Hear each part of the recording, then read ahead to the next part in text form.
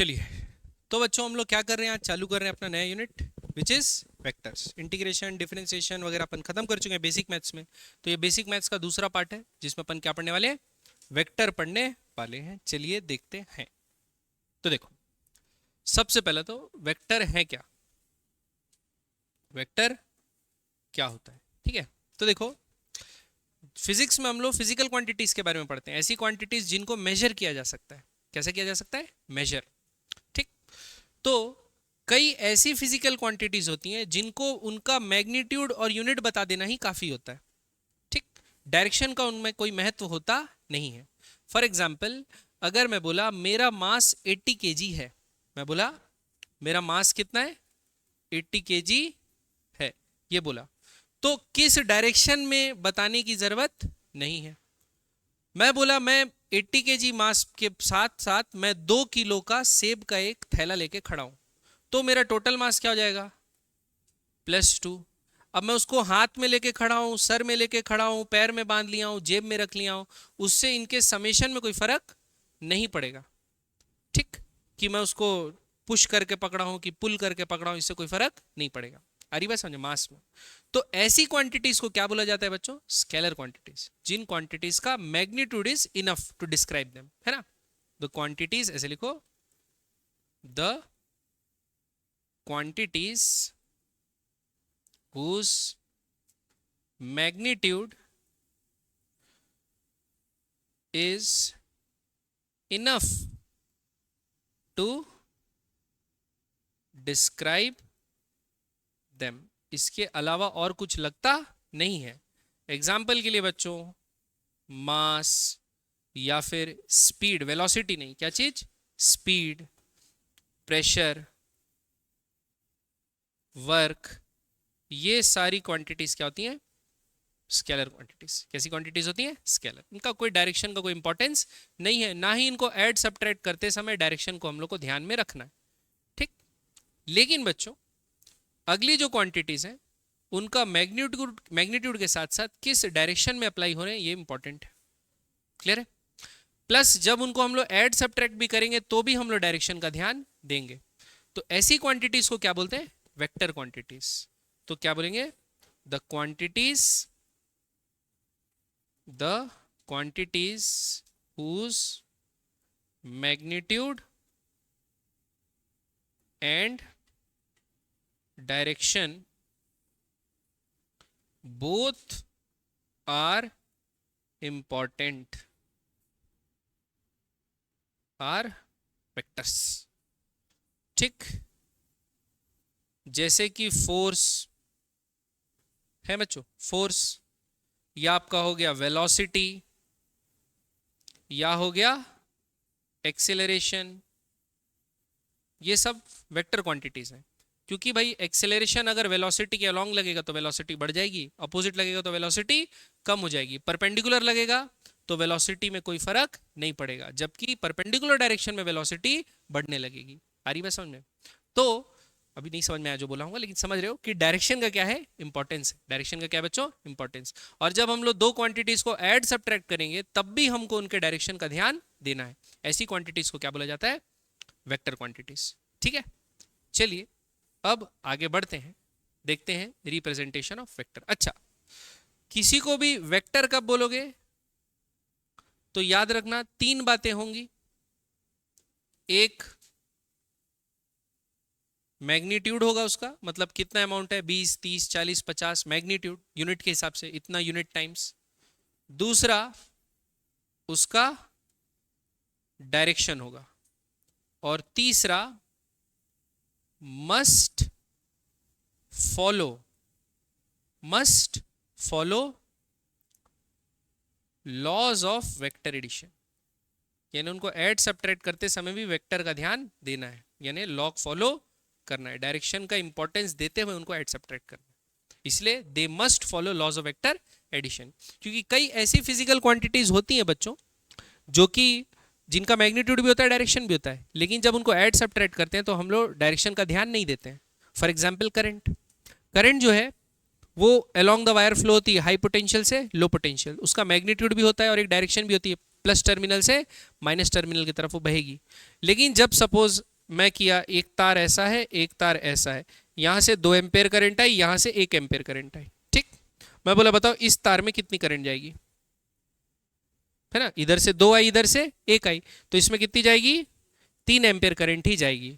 अगर ये तार के बीच का एंगल, अभी मैं थीटा लगाऊं, अगर मैं तार को ऐसे कर दूं परपेंडिकुलर आपस में 180 डिग्री में, तो क्या ये 2 और 1 माइनस हो जाए, अभी भी इस तार में कितनी करंट जाएगी। तो ये दोनों किस डायरेक्शन से आ रहे हैं वो इंपॉर्टेंट नहीं, बात समझ में आई। तो बच्चों वो भी एक स्केलर क्वांटिटी हो गई। क्या क्वांटिटी हो गई, स्केलर। करंट भी क्या हो गई, स्केलर क्वांटिटी।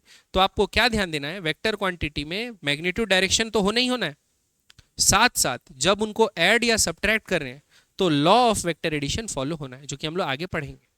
क्लियर बात, समझ में आई। अब देखते हैं कि एक वेक्टर को रिप्रेजेंट कैसे करते हैं हम लोग फिजिक्स में, एक वेक्टर को रिप्रेजेंट कैसे करते हैं, ठीक है। तो देखो वेक्टर को बच्चों 2 चीजों को रिप्रेजेंट करना है हम लोग को, ग्राफिकली यानी ज्योमेट्रिकली। जैसे हम लोग ग्राफ प्लॉट करते हैं ना, तो एक फंक्शन को रिप्रेजेंट कर रहे हैं समझ लो, तो वैसे ही आप पेज में एक वेक्टर को कैसे रिप्रेजेंट करोगे, वो कैसे करोगे। वेक्टर की 2 इंपॉर्टेंट चीजें क्या है, मैग्नीट्यूड और दूसरा क्या है बच्चों, डायरेक्शन, ठीक।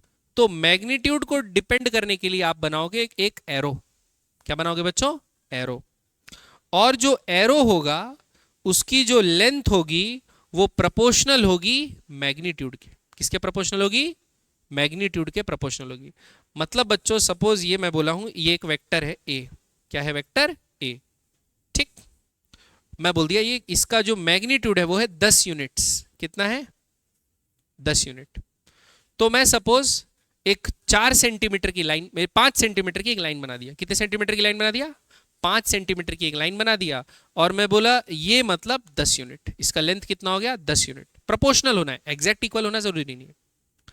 तो अगर मैं बच्चों एक वेक्टर बी बना रहा हूं जिसका मैग्नीट्यूड 20 यूनिट्स है, तो आपको वो कैसा दिखेगा, जस्ट डबल दिखेगा। तो अगर इसको रिप्रेजेंट करने के लिए मैं एक एरो बनाया हूं जिसका लेंथ था 5 सेंटीमीटर, तो इसका लेंथ कितना होना चाहिए 10 सेंटीमीटर। आ रही बात समझ में। तो वेक्टर का रिप्रेजेंटेशन को एरो से करते हैं, और एरो का जो लेंथ होता है, एरो का जो लेंथ होता है वो रिप्रेजेंट करता है उसका मैग्नीट्यूड। तो 2 वेक्टर अगर आपको बोल दिया one vector is double of other, तो अगर एक का लेंथ आप एल लिए हो तो दूसरे का लेंथ 2l लोगे, ठीक। हाफ बोल दिया तो l/2, 1/3 ये सब बोला तो सो एंड सो फोर्थ कर दोगे। ये बात समझ में आई कि नहीं आई। तो वेक्टर को रिप्रेजेंट किया जाता है, मैग्नीट्यूड को रिप्रेजेंट किया जाता है वेक्टर के लेंथ से, ठीक।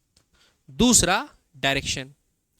तो एरो जिधर पॉइंट कर रहा है, एरो जिधर पॉइंट कर रहा है 3 डायमेंशनल में कहीं भी पॉइंट कर सकता है, तो वो क्या हो गया उसका डायरेक्शन, ठीक। तो मैग्नीट्यूड क्या होगा, लेंथ ऑफ एरो।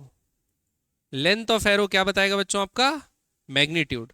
और ये कार्टेशियन सिस्टम में जो भी एंगल बना रहा है, मतलब एरो का जो डायरेक्शन होगा वो क्या बताएगा, direction where arrow is pointed, where arrow is pointed. समझ में आई बात। तो डायरेक्शन जिधर एरो का होगा उधर ये पॉइंट होगा और ऐसा होगा। क्लियर है। जैसे अब मैं एक वेक्टर बनाता हूं, उसको पढ़ेंगे कैसे देखेंगे, फिर मैं एक पढ़ के वेक्टर बताऊंगा उसको रिप्रेजेंट कैसे करेंगे देखते हैं, ठीक है। तो सपोज मैं ऐसा बोला, सपोज मैं बोला a vector of 2 units, a vector of 2 units making 60 degree with positive x axis। क्या बोला बच्चों, a vector of 2 units making 60 degree with positive x axis, ये बोला। तो इसको रिप्रेजेंट कैसे करेंगे, सबसे पहले मैं कार्टेशियन सिस्टम बना लूंगा, ये हो गया और ये हो गया, ठीक। अब बच्चा बच्चा जानता है इधर क्या रहता है प्लस एक्स, इधर क्या रहता है प्लस वाई, इधर क्या रहता है माइनस एक्स, इधर क्या रहता है बच्चों माइनस वाई, ठीक है। अब हमारा जो वेक्टर है उसका लेंथ को कितना रिप्रेजेंट होगा, लेंथ 2 यूनिट्स होना है। लेंथ कितना होना है बच्चों 2 यूनिट्स, ठीक। तो अपन ग्राफ में 2 यूनिट कितना भी मान सकते हैं, वो अपने ऊपर है। ये हो गया 1, ये हो गया 2, 2 यूनिट्स हो गया बच्चों। तो वेक्टर अपना जो बनेगा वो क्या बन रहा है, 2 यूनिट्स, कितने का, 2 यूनिट का। तो वेक्टर का लेंथ कितना है, ये 2 यूनिट हो गया।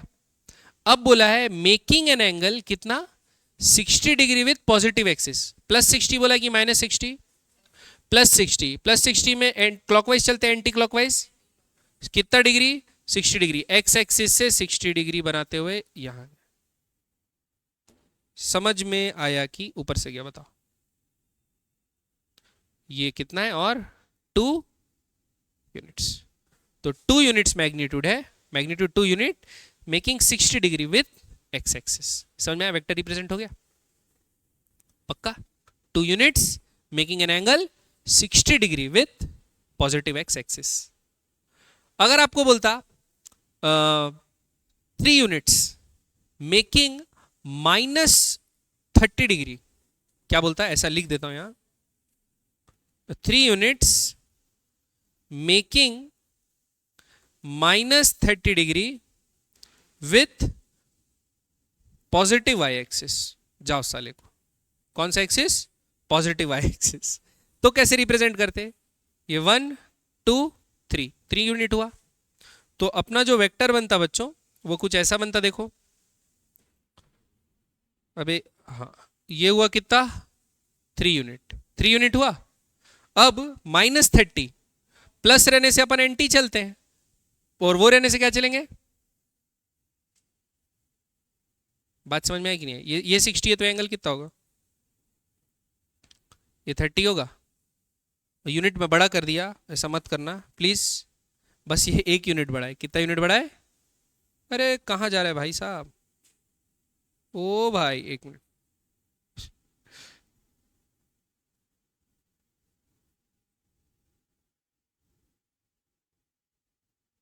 बहुत टाइम वेस्ट कर रहा हूं मैं, समझ गया ना। 3 यूनिट्स वाई एक्सिस से -30, तो अपन किधर चले गए, क्लॉकवाइज। समझ में आया बात पक्का, तू उधर से पढ़ ले रहा है, ठीक है चलिए, ये समझ में आया बच्चों। तो वेक्टर रिप्रेजेंट करना समझ में आया। तो वेक्टर का जो लेंथ होता है वो क्या से रिप्रेजेंट होता है, मैग्नीट्यूड बताता है, और जो भी डायरेक्शन हो रहा है वो डायरेक्शन बताता है। कई केसेस में बच्चों हम लोग ऐसे भी खेलते हैं कि आपको पता है, अरे हाँ, इसको क्या बोलते हैं, north south, east Bengal west में है, ईस्ट और वेस्ट, ऐसा पढ़ते हैं, नॉर्थ साउथ ईस्ट वेस्ट, ठीक है। तो अपन ऐसे में खेलते हैं, तो क्या करेंगे, आपको एक्स एक्सिस की जगह ईस्ट बोलेगा, वाई एक्सिस की जगह नॉर्थ बोलेगा, जेड एक्सिस की जगह साउथ बोलेगा, और ये वेस्ट बोलेगा। मतलब जमीन पे अगर बना है, sorry, north south east west, ऐसा जमीन पे बना हुआ है, तो आपको ऐसा बोल देगा, देखो 60 डिग्री साउथ ऑफ वेस्ट और 5 यूनिट्स। वेक्टर क्या है बच्चों, 5 यूनिट्स साउथ ऑफ वेस्ट। तो जहां ऑफ लिखा है वहां से चालू करेंगे, तो वेस्ट से चालू करते हैं। कहां से चालू करेंगे बच्चों, वेस्ट। तो 5 यूनिट वेस्ट में बना लिए। अब इससे कहां जाना है, साउथ ऑफ वेस्ट, यानी वेस्ट के साउथ जाना है। कितना डिग्री, 60 डिग्री। तो वेस्ट से 60 डिग्री, साउथ ऑफ वेस्ट। समझ में आया पक्का। तो ऐसे भी रिप्रेजेंटेशन दे सकता है या वैसे भी दे सकता है, ठीक है। या तो x axis y axis z axis ये सब बोल देगा, या तो फिर north of west east of west south of west ऐसा बोल देगा। अच्छा ऐसा लिख दिया है 2 यूनिट्स साउथ ईस्ट, क्या लिख दिया बच्चों, 2 यूनिट्स साउथ ईस्ट। अब साउथ ऑफ ईस्ट ऑफ कुछ नहीं लिखा, साउथ ईस्ट लिख दिया, मतलब साउथ और ईस्ट के बीच में। क्या बनेगा, साउथ और ईस्ट के बीच में। कितना यूनिट, 2 यूनिट। तो ये एंगल कितना होगा बच्चों, 45 डिग्री। कितना एंगल होगा, 45 डिग्री, साउथ ईस्ट बीचों बीच, y बराबर x वाला, ठीक है। बात समझ में आया, क्लियर। तो वेक्टर रिप्रेजेंट कैसे करना है, मैग्नीट्यूड को लेंथ से, और डायरेक्शन जैसा बोला है वैसा अपने को मार्क करना है। बढ़े आगे बच्चों, ये समझ में आया, क्लियर। अगली चीज इंपॉर्टेंट पॉइंट, क्या है इंपॉर्टेंट पॉइंट देख लेते हैं, पहले पढ़ते हैं। इक्वेलिटी ऑफ वेक्टर्स, मतलब दो वेक्टर कब इक्वल हैं आप मानोगे, दो वेक्टर कब इक्वल हैं। तो दो वेक्टर तभी इक्वल होंगे बच्चों जब ए और B may be defined equal if they have same magnitude, मतलब दोनों की लंबाई क्या होना है, सेम। दोनों की लंबाई क्या होना है, same. And if they point in the same direction, मतलब दोनों जो एंगल बना रहे हैं, सपोज ये एंगल एक्स एक्सिस से कितना बना रहा है, थीटा, तो भले ये कहीं भी बनाओ, स्पेस में कहीं भी बनाओ, लेकिन एक्स एक्सिस से ये कितना एंगल बना रहा है, थीटा, और दोनों का लेंथ क्या है, सेम, मतलब ये दोनों आपस में इक्वल है। ये भी कितना एंगल बना रहा है एक्स एक्सिस से, सपोज थीटा, और इसका भी लेंथ सबके बराबर है, तो ये तीनों आपस में क्या हो गए, सेम। ये भी एंगल बना रहा है थीटा, इसका भी लेंथ सेम है, तो ये सब आपस में क्या है, दोनों वेक्टर इक्वल है, भले किधर भी बने हो, दोनों वेक्टर आपस में क्या है बच्चों, इक्वल है ना। मतलब एरो का ओरिएंटेशन और एरो की लेंथ अगर सेम हो, भले उनके बीच में कितना भी स्पेस हो, मतलब आपस में पैरेलल दिखेंगे, आपस में क्या दिखेंगे बच्चों, पैरेलल, तो वेक्टर्स क्या है, इक्वल। ठीक। और इसके साथ फिजिक्स में एक पॉइंट और याद रखना कि they must also represent same physical quantity. भाई एक 2 यूनिट लेंथ वाला एक वेक्टर बनाए हो आप फोर्स का, और 2 यूनिट लंबा एक वेक्टर बनाए हो वेलोसिटी का, तो दोनों सेम नहीं होंगे ना। भले मैग्नीट्यूड और लेंथ सेम दिख रहा है आपको, लेकिन एक रिप्रेजेंट कर रहा है फोर्स, एक रिप्रेजेंट कर रहा है वेलोसिटी। आ रही बात, तो ऐड सब्ट्रैक्ट थोड़ी कर सकते हो उन लोग आपस में। बात समझ में आई? तो याद रखना कि 3 चीजें होंगी, दोनों का मैग्नीट्यूड इक्वल होगा, दोनों का ओरिएंटेशन इक्वल होगा, और तीसरी चीज they must represent same physical quantity. तब दो वेक्टर को क्या माना जाएगा बच्चों, इक्वल माना जाएगा। तो दो वेक्टर की इक्वालिटी कब होगी, सेम लेंथ, सेम ओरिएंटेशन, और तीसरा क्या, must represent same physical quantity. दोनों फोर्स वेक्टर होना है, दोनों वेलोसिटी वेक्टर होना है, ऐसा सेम फिजिकल क्वांटिटी। 3 चीजें होनी है बच्चों, क्लियर? दूसरा इंपॉर्टेंट पॉइंट, ये वेरी वेरी इंपॉर्टेंट है बच्चों, ये क्या है, वेरी वेरी इंपॉर्टेंट। ठीक। Angle between two vectors means smaller of the two angles between the vector when they are placed tail by tail. यानी अगर दो वेक्टर है, दोनों के बीच का आपको एंगल बताना है, तो आप क्या करोगे, दोनों का जो टेल होगा स्टार्टिंग पॉइंट, वो दोनों को एक ही पॉइंट पे ले आओगे। वो दोनों को क्या पे ले आओगे, एक ही पॉइंट पे ले आओगे। अब एक ही पॉइंट से दोनों का ओरिजिन हो रहा है, दोनों रे का एक ही पॉइंट से ओरिजिन हो रहा है, तो दो एंगल बनेंगे ना, एक ये एंगल बनेगा और एक रिफ्लेक्स एंगल बनेगा। तो आप लोगों को कौन सा एंगल लेना है, जो दोनों में से छोटा हो। ठीक। तो दो वेक्टर के बीच में एंगल हमेशा 180 या 180 से कम ही होगा, 180 से बड़ा नहीं होगा, क्योंकि भाई दो लाइन के बीच में जब भी दो एंगल बनेगा, तो एक अगर 60 बना तो दूसरा फिर 360 माइनस 60 300 बनेगा। तो हमको हमेशा छोटे वाले को लेना है, हमेशा किसको लेना है, छोटे वाले को। तो दो वेक्टर के बीच एंगल क्या होता है, जब दो वेक्टर को टेल से टेल जोड़ देते हैं, स्टार्टिंग पॉइंट से स्टार्टिंग पॉइंट, तो उनके बीच दो एंगल बनते हैं, उनमें से जो स्मॉलर एंगल होता है वो हमारा होता है एंगल बिटवीन वेक्टर। समझ आ रही बात? ठीक है, क्या लिखा है, the angle between two vector mean smaller of the two angles between the vector when they are placed tail to tail. Clear है? तो देखो ये दोनों टेल टू टेल जुड़े हुए हैं, तो दोनों के बीच एंगल कितना है, थीटा। अब ये दोनों, ये एंगल को नहीं ले सकते अपन वेक्टर, क्यों, क्योंकि ये इसका टेल है, इसका टेल यहाँ है, अब ये तो हेड टू टेल जुड़े हुए हैं, तो इसको क्या करना पड़ेगा बच्चों, आगे उठा के शिफ्ट करना पड़ेगा। शिफ्ट करोगे तो ये ऐसा बनेगा। अब ये टेल टू टेल जुड़े हैं, अब ये जो एंगल है ये दोनों के बीच का एंगल है, क्योंकि ये वाला एंगल तो इन दोनों के बीच बड़ा वाला हो गया, तो हमको हमेशा कौन सा लेना है, छोटा वाला है। बात समझ में आई? वैसे ही ये वेक्टर अभी दोनों टेल टू टेल जुड़े हैं, तो इसलिए एंगल थीटा दे रहा है। पक्का? अच्छा, ये इसी को वो किया है, समझ गया, ये वेक्टर को उठा के खिसका दिया है, तो अब टेल टू टेल जुड़े हैं तो एंगल क्या है, थीटा। ठीक। तो दो वेक्टर के बीच का एंगल आपको दो लाइन के बीच का एंगल जैसा नहीं बता देना है कि वर्टेक्स एंगल ही ये होगा, ऐसा आपको हमेशा नहीं करना है। आपको कैसे जोड़ के देखना है बच्चों, टेल टू टेल। क्लियर बात? जैसे एक एग्जांपल के लिए बता रहा हूं, सपोज यहीं पर बताता हूं, 1 2 3, ठीक, ये बना है। अब ये तीनों का मैं नाम लिख देता हूं, ए बी और सी। ए और सी के बीच कितना एंगल है, ये है बोलेंगे क्या? नहीं ना, क्योंकि ए का टेल है, सी का क्या है, हेड। तो मैं क्या करूंगा बच्चों, सी को उठाऊंगा, सी को क्या करूंगा, उठाऊंगा, और क्या करूंगा, आगे बढ़ा दूंगा, और क्या जोड़ दिया बच्चों, अब टेल टू टेल। अब ए और सी कैसे जुड़े हुए हैं, टेल टू टेल जुड़े हुए हैं, तो इनके बीच जो छोटा एंगल कौन सा है,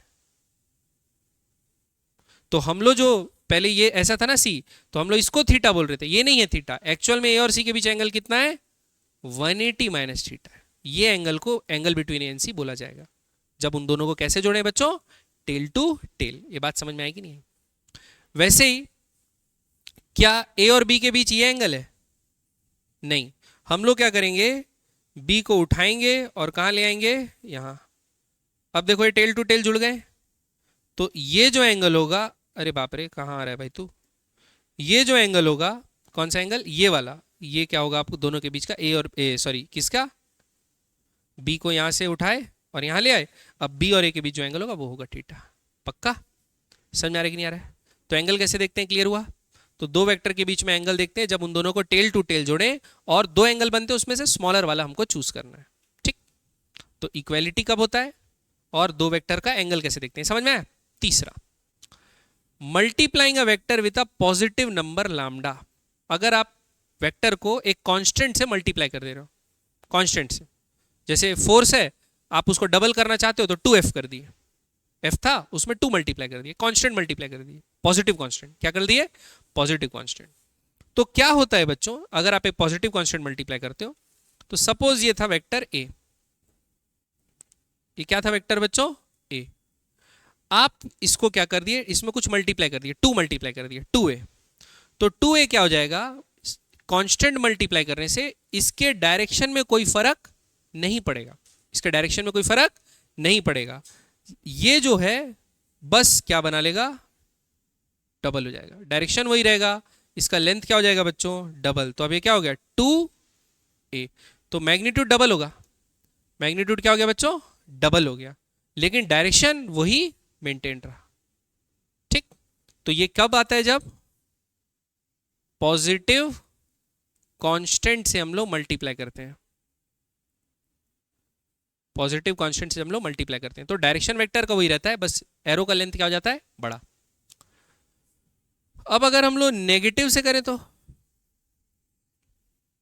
क्या से करें, नेगेटिव से, तो क्या होगा देखते हैं। तो देखो सपोज ये था आपका ए वेक्टर, है ना, तो माइनस कर देने से क्या होता है बच्चों, वेक्टर 180 डिग्री घूम जाता है, वेक्टर क्या हो जाता है, अगर प्लस ए इधर है तो माइनस ए क्या होगा, प्लस एक्स एक्सिस तो minus x axis, plus y axis तो माइनस वाई एक्सिस। ठीक, तो प्लस ए है तो माइनस ए क्या होगा, उतना ही मैग्नीट्यूड, बस उसका उल्टा। और हम लोग क्या से माइनस करें, माइनस समथिंग से कर दे रहे हैं, एक तो माइनस भी ले रहे हैं और उसको 2 टाइम्स 3 टाइम्स या लैम्डा टाइम्स कुछ कर दे रहे हैं, तो क्या होगा, वेक्टर का जितना लैम्डा है, 2 है तो डबल हो जाएगा लेंथ, हाफ है तो आधा हो जाएगा मैग्नीट्यूड के हिसाब से, बस डायरेक्शन कैसा हो जाएगा। ठीक, तो सपोज आप -2 से मल्टीप्लाई कर दिए, तो ये था बच्चों a, तो -2a क्या हो जाएगा, वेक्टर बस डायरेक्शन को अपने रिवर्स कर लेगा, और फिर मैग्नीट्यूड में जो नंबर मल्टीप्लाइड है उसके हिसाब से मैग्नीट्यूड चेंज कर लेगा। क्लियर बात? तो प्लस से मल्टीप्लाई करने से क्या होता है, माइनस से क्या मल्टीप्लाई करने से होता है, समझ में आया? तो वेक्टर क्या करता है, प्लस से मल्टीप्लाई करने से डायरेक्शन में कोई फर्क नहीं पड़ता है, और मैग्नीट्यूड जितना टाइम्स जो कांस्टेंट है उतना टाइम्स चेंज हो जाता है। नेगेटिव में क्या होता है, जितना टाइम्स मैग्नीट्यूड उतना टाइम्स तो चेंज होता ही होता है, प्लस डायरेक्शन क्या हो जाता है, 180 डिग्री टर्न हो जाता है, फ्लिप हो जाता है। क्लियर बात? पक्का मान्या जी, गुस्सा तो नहीं हो रहे हो ना? हाँ, समझ में आ रहे हैं ना? ठीक है, तो ये 3 इंपॉर्टेंट पॉइंट आप लोग क्या क्या याद रखेंगे बच्चों, ये नोट कर लीजिए। ये 3 इंपॉर्टेंट पॉइंट आप क्या करेंगे, याद रखेंगे। पहला क्या है, वेक्टर की इक्वालिटी, दोनों का मैग्नीट्यूड मतलब वेक्टर का लेंथ सेम होना है, दोनों का ओरिएंटेशन मतलब जिधर वो पॉइंट कर रहे हैं वो सेम होना है, प्लस दोनों सेम फिजिकल क्वांटिटी को रिप्रेजेंट करना है। दो वेक्टर के बीच में एंगल कब देखते हैं, वो किसी भी स्पेस में बने हो, एक को खिसका के ऐसे कर देना है कि दोनों क्या जुड़ जाए, टेल टू टेल। अब टेल टू टेल जुड़ गए हैं तो दोनों के बीच जो दो स्मॉलर ऑफ दैट 2 एंगल्स होगा उसको बोलेंगे एंगल बिटवीन वेक्टर। ठीक है, और तीसरा क्या कि अगर आप पॉजिटिव कांस्टेंट से मल्टीप्लाई करते हैं तो वेक्टर का डायरेक्शन चेंज नहीं होता, बस उतना टाइम्स वेक्टर का लेंथ बढ़ जाता है। और अब नेगेटिव कांस्टेंट से मल्टीप्लाई करते हैं तो बस डायरेक्शन अपोजिट हो जाता है, जिस पहले था उसका ओरिजिनल का अपोजिट हो जाता है, और जो लैम्डा है उतना टाइम्स चेंज हो जाता है वैल्यू। ठीक है, पक्का? बढ़े आगे, चलिए नेक्स्ट। अब लिखिए बच्चों एडिशन ऑफ वेक्टर। अब हम लोग सीखेंगे कि दो वेक्टर को ऐड करना। ठीक, दो वेक्टर को ऐड करना। तो बच्चों क्यों वेक्टर ऐड करना अलग है, मैं आपको पहले समझाने की कोशिश करता हूं। दो वेक्टर को ऐड करना क्यों अलग है? सपोज टनल है। क्या है बच्चों? टनल है, और इस टनल के अंदर एक बॉल है। एक टनल है और टनल के अंदर क्या है? बॉल है। बॉल टनल के रेस्पेक्ट में 3 मीटर पर सेकेंड से आगे ट्रेवल करती है। टनल के अंदर वो हॉरिजॉन्टल टनल के अलोंग 3 मीटर पर सेकेंड से बढ़ती है, और जो टनल है वो खुद 4 मीटर पर सेकेंड से नीचे आ रहा है। टनल के वेलोसिटी का डायरेक्शन क्या है? 4 मीटर पर सेकेंड डाउनवर्ड। टनल खुद नीचे आ रहा है। ठीक, अब बताओ अगर मेरे को बॉल की वेलोसिटी निकालना है कि बॉल की नेट वेलोसिटी कितनी है, तो मैं क्या 4 + 3 7 लिख दूंगा? नहीं, 4 + 3 7 थोड़ी लिख दूंगा। बात समझ में आ रही है? मैं ऐसा देखूंगा, सपोज कि 1 सेकंड बाद, सपोज ऐसा बनाने के लिए बना, 1 सेकंड बाद टनल कितना नीचे आ जाएगा? यहां पहुंच जाएगा। कितना नीचे आ गया टनल? 4 मीटर नीचे आ गया। 1 सेकंड में टनल कितना नीचे आ गया बच्चों? 4 मीटर नीचे आ गया। तब तक बॉल क्या इसी एंड पे रहेगी? नहीं ना, बॉल कहां भाग जाएगी? बॉल जब तक यहां से भाग जाएगी 3 मीटर आगे। बॉल का डिस्प्लेसमेंट कितना हो गया? 3 मीटर। ठीक, तो एक्चुअल में अगर मैं बॉल का वेलोसिटी देखूं तो बॉल इनिशियल यहां थी, फाइनल यहां पहुंच गई, तो बॉल का वेलोसिटी तो ऐसा हुआ ना, एवरेज वेलोसिटी। ये 4 है, ये 3 है, ये 90 डिग्री है, तो ये कितना होगा? तो 1 सेकंड में बॉल का वेलोसिटी कितना है? 5 मीटर पर सेकंड। मतलब हम लोग 3 + 4 कर रहे हैं और क्या आ रहा है? सॉरी 5 आ रहा है। 3 + 4 कर रहे हैं और क्या आ रहा है? 5 आ रहा है, क्योंकि इसका डायरेक्शन अलग, इसका डायरेक्शन अलग, और वो दोनों को हम लोग ऐड कर रहे हैं तो अलग डायरेक्शन में वेलोसिटी आ रही है। तो जब भी हम लोग वेक्टर को ऐड करते हैं बच्चों, तो उसमें डायरेक्शन का इंपॉर्टेंस रहता है। डायरेक्ट उनको न्यूमेरिकली ऐड नहीं कर सकते। हाँ, बचपन में हम लोग ऐसा न्यूमेरिकली ऐड कर देते थे, क्योंकि वहां पर मोशन सिर्फ 1 डायमेंशन में होता था। बचपन मतलब 9th में ही, अभी ऐसा नहीं कि एकदम छोटे में, 9th 10th में, कि बोल दिया कि वेलोसिटी हॉरिजॉन्टल डायरेक्शन में ही है, तो इधर को प्लस ले लेते थे, इधर को माइनस ले लेते थे, तो ऐड कर लेते थे। लेकिन वहां भी हम लोग डायरेक्शन के हिसाब से ही ऐड कर रहे थे। ठीक, लेकिन अब तो बीच का एंगल कुछ भी हो सकता है। तो अब ऐड कैसे करें? अब ऐड कैसे करें? ठीक है, तो ऐड करने के लिए बच्चों हम लोग 3 लॉ फॉलो कर सकते हैं। कितने लॉ फॉलो कर सकते हैं? 3 लॉ फॉलो कर सकते हैं। एक एक करके देखते हैं। सबसे पहले लिखो triangular law of vector addition. क्या लिखो बच्चों? Triangular law of vector addition. ठीक, देखिए भाई अब ये लॉ क्या है। सपोज 2 वेक्टर हैं। कितने वेक्टर है बच्चों? 2 वेक्टर, ए बी। ये क्या है? 2 वेक्टर है। ये ए बना हुआ है, ये बी बना हुआ है। कैसा बना हुआ है मेरे को पता नहीं है। ठीक, ये है वेक्टर ए, ये है वेक्टर बी। मेरे को क्या निकालना है? Vector A plus vector B. अच्छा, मैं तो ये बताया ही नहीं। अगर कोई वेक्टर क्वांटिटी होती है तो उसके सिंबल के ऊपर क्या लिख देते हैं? एरो बना देते हैं, मतलब वो क्या है? वेक्टर है।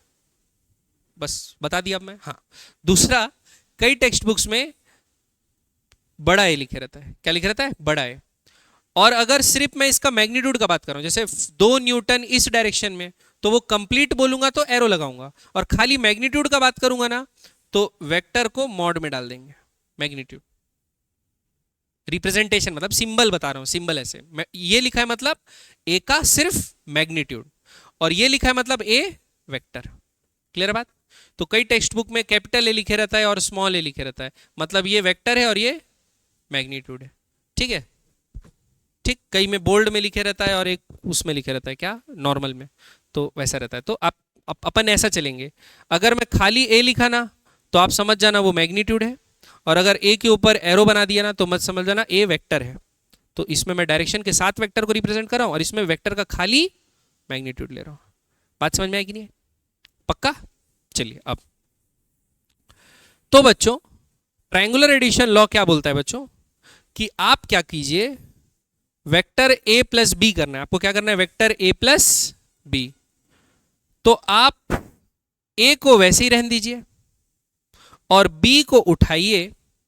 बी को क्या कीजिए? उठाइए। उठा लिया मैं, और उठा के जहां पर ए खत्म हो रहा है, ए का हेड, वहां पर रख दीजिए। समझ में आया बात? क्या कीजिए? बी वेक्टर जहां भी पड़ा था अपने हालात में, उसको उठाना है और ए जहां पर खत्म हो रहा है वहां पर उसको रख देना है। मतलब हेड टू टेल जोड़ देना है दोनों को। क्या जोड़ देना है? Head to tell.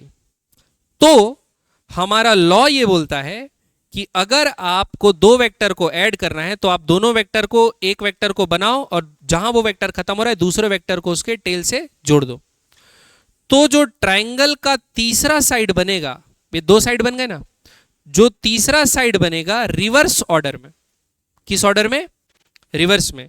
देखो ए ऐसे जा रहा है, बी ऐसे जा रहा है, तो ये ट्रायंगल का साइड ऐसे अगर इधर एरो बनता तो वो ऑर्डर सेम ऑर्डर होता ना, सेम ऑर्डर होता, cyclic.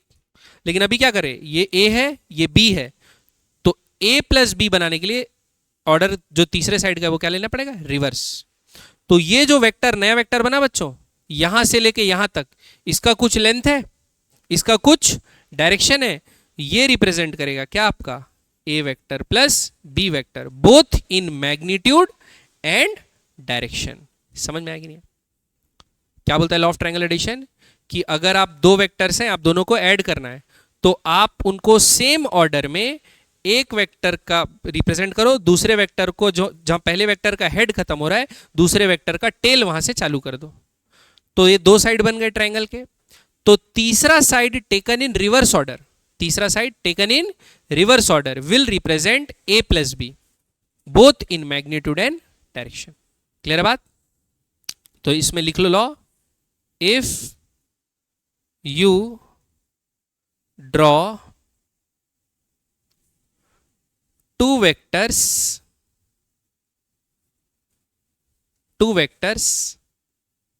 in same order as sides of adjacent sides. कैसे sides? Adjacent sides of a triangle, then the third closing side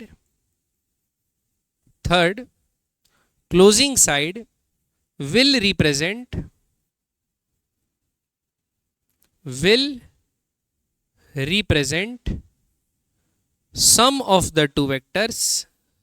sum of the two vectors both in magnitude and direction.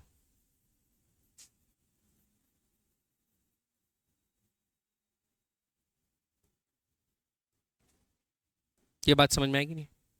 If you draw two vectors in same order as adjacent sides of a triangle, ठीक, then the third side drawn in reverse order will represent sum of A and B, both in magnitude and direction. Clear है बात? तो क्या बोलते हैं, graphically कैसे बनाना है समझ में आ गया? आपको एक वेक्टर लेना है, दूसरा वेक्टर लेना है, एक का हेड खत्म हो रहा है, दूसरे का टेल जोड़ देना है, तीसरा साइड जो बनाओगे वो ए प्लस बी को रिप्रेजेंट कर देगा। पक्का? ऊपर से तो नहीं गया? समझ में आई बात? बढ़े आगे बच्चों? चलिए अगला लॉ क्या है बच्चों? पैरेललोग्राम। तो इसको पहले ग्राफिकली भी देखेंगे, बाद में एनालिटिकली भी देखेंगे, ठीक? क्योंकि हम लोग बार बार भाई जब दो वेक्टर को ऐड करने बोल दिया तो प्लॉट थोड़ी करते बैठ रहेंगे, स्केल से और एंगल बना के मैच करके इसको उठाए, फिर तीसरा साइड बनाए, फिर उसको नापे, एंगल नापे प्रोटेक्टर से, ये सब नहीं करेंगे ना। तो ग्राफिकली तो देखेंगे एनालिटिकली भी देखेंगे। कई जगह ग्राफिकली आसान होता है यूज करना वेक्टर, कई जगह एनालिटिकली आसान होता है, ठीक है? चलिए देखते हैं। तो पैरेललोग्राम लॉ, पैरेललोग्राम में भी क्या है, a प्लस बी करने को बोलता है, लेकिन इसमें थोड़ा तरीका क्या है, अलग है। ठीक है, अप्रोच थोड़ी कैजुअल। देखिए तो क्या होगा कि सपोज दो वेक्टर फिर ले लेते हैं, ये है वेक्टर ए, ये है वेक्टर बी। दोनों को क्या करना है बच्चों, मेरे को दोनों का एडिशन करना है। दोनों को क्या करना है, एडिशन। तो पैरेललोग्राम लॉ क्या बोलता है, आप वेक्टर को इसका जो हेड खत्म हो रहा था वहां से जोड़ रहे थे, मत जोड़ो। एंगल निकालते थे वो वाला कॉन्सेप्ट याद है, उसमें कैसे करते थे, तो ये बोलता है कि आप टेल टू टेल जोड़ दो। क्या बोल दो, टेल टू टेल जोड़ दो, जोड़ दिए। अब इसके बाद वो क्या बोलता है, टेल टू टेल जोड़ने के बाद वो ये बोलता है कि आप क्या कर लो, ये दोनों साइड को adjacent side of a parallelogram लेके एक पैरेललोग्राम ड्रॉ कर लो। तो क्या होगा, पैरेललोग्राम कैसे बनता है आप जानते हैं ना, अपोजिट साइड्स आर पैरेलल। तो इस एंड से मैं क्या बनाऊंगा, एक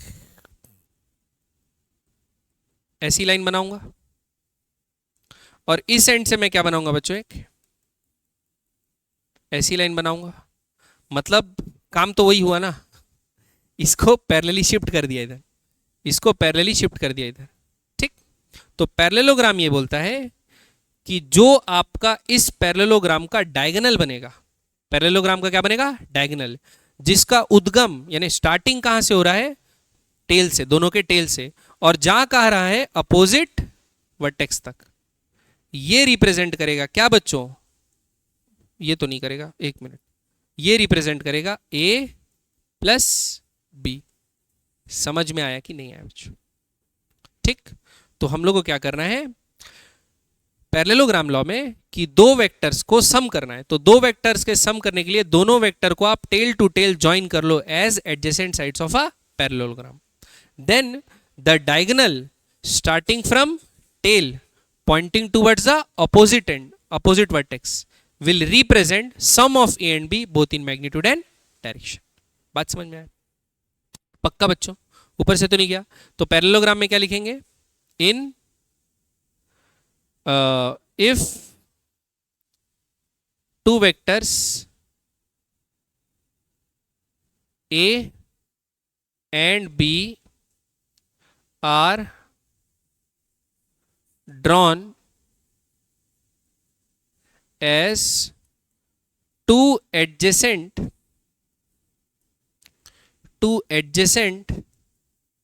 sides of a parallelogram joined end to end, यानी tail to tail लिखो, end to end मत लिखो, tail to tail, then the diagonal starting from tail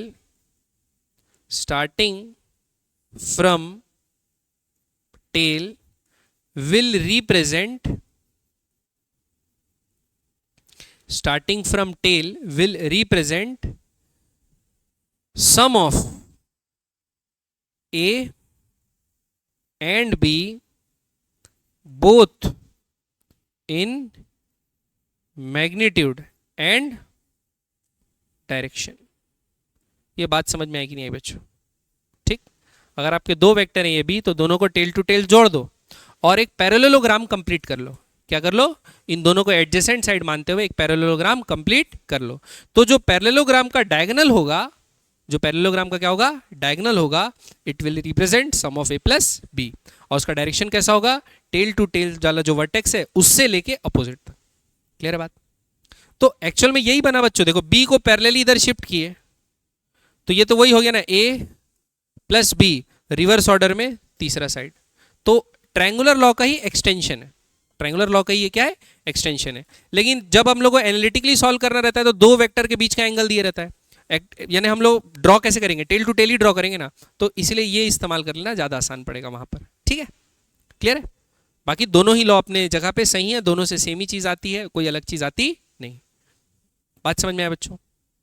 अब इसको एनालिटिकली निकालते हैं कि मैग्नीट्यूड, इसका मैग्नीट्यूड क्या होगा a प्लस बी का, और डायरेक्शन क्या होगा, ये निकालते हैं। ठीक है, उससे पहले एक लास्ट लॉ, सब मर गए मत देखो, सबसे पहले क्या करते हैं, इसका एनालिटिकली वैल्यू निकालते हैं, उसके बाद सब्ट्रैक्शन देखेंगे। ठीक है, clear?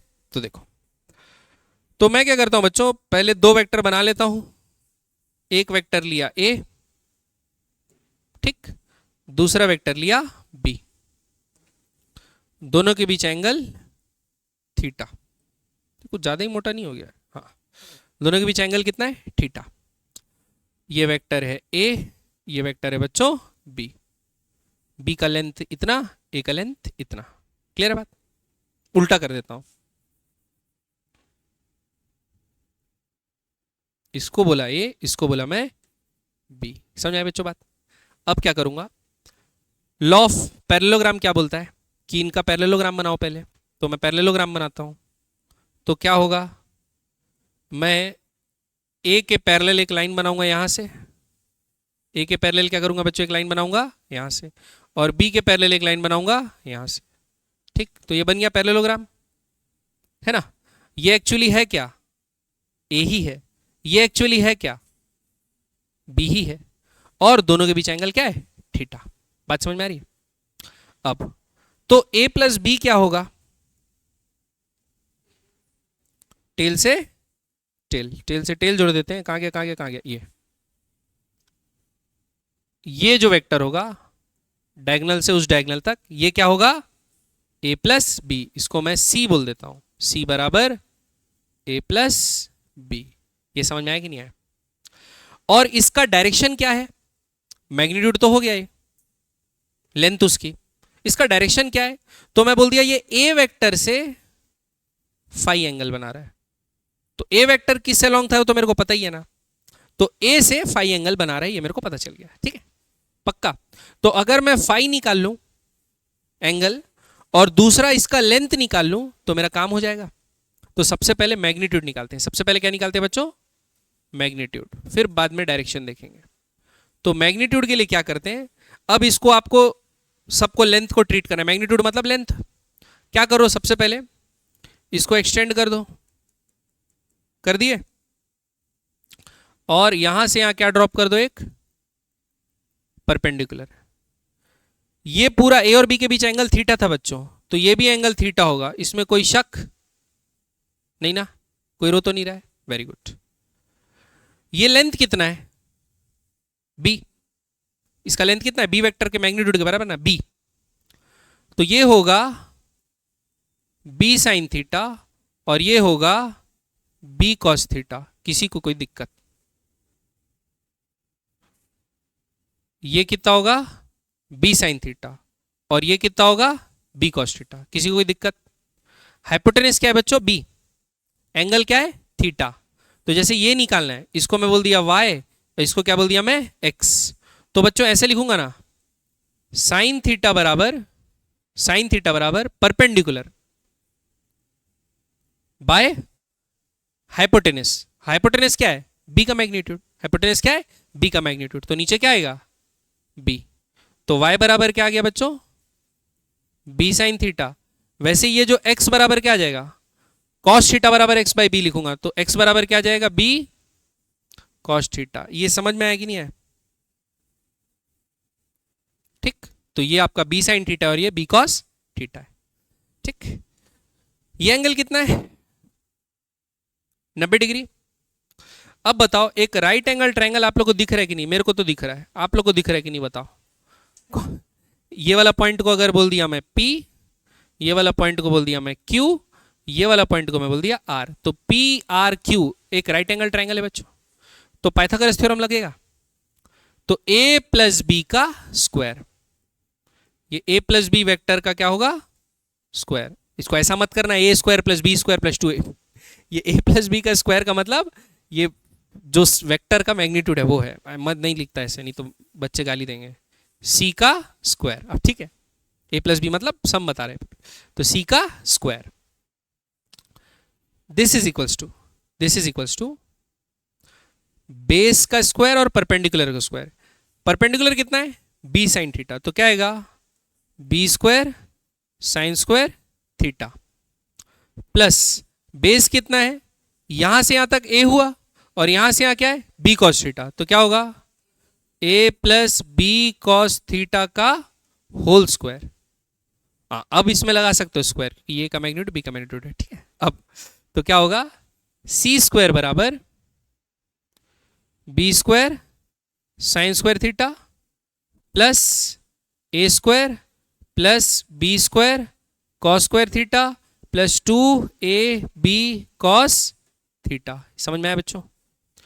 B square sine square theta, B square cos square theta, B square common आएगा, sine square theta plus cos square theta आजकल क्या चल रहा है, तो सी स्क्वायर बराबर क्या लिख सकता हूं, A square plus B square plus 2ab cos theta. तो अगर बच्चों दो वेक्टर हैं, कितने वेक्टर हैं, दो वेक्टर, एक का मैग्नीट्यूड ए है, दूसरे का मैग्नीट्यूड बी है, और दोनों के बीच का एंगल कितना है, थीटा। तो जो उन वेक्टर को सम करने से एक नया वेक्टर आएगा, उसका मैग्नीट्यूड का स्क्वायर क्या होगा, A square plus B square plus 2ab cos theta. पहले का मैग्नीट्यूड का स्क्वायर प्लस दूसरे का मैग्नीट्यूड का स्क्वायर प्लस 2, दोनों का मैग्नीट्यूड का multiply into cos theta. Theta क्या है, उन दोनों के बीच का एंगल। समझ में आई बात? पक्का? तो मैग्नीट्यूड कैसे निकालेंगे, समझ में आया? ये सी स्क्वायर है, अगर आप यहां से स्क्वायर हटाओगे तो क्या हो जाएगा, ये अंडर रूट। क्लियर है? लिख लो, इसको नोट करो, फटाफट कर लिए। साथ साथ में लिखना है ना, तुम लोग एकदम कथा सुने जैसा बैठ जाते हो, ऐसे करके सुनाइए, अरे नोट करना।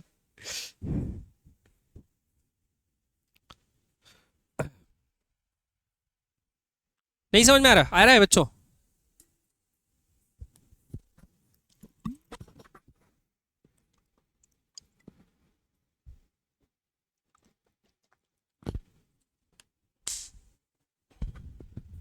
एक गड़बड़ हो गया लेकिन मेरे से। क्या हो गया, लाइट पूरी नहीं जलाया यार मैं। ठीक है, अब मैं दिखूंगा ना सुंदर, देखो। बढ़े आगे बच्चों, चलिए अब डायरेक्शन निकाल लेते हैं बच्चों। क्या निकाल लेते हैं, डायरेक्शन। तो मैग्नीट्यूड के लिए ये हो गया, अब क्या निकालते हैं बच्चों, डायरेक्शन।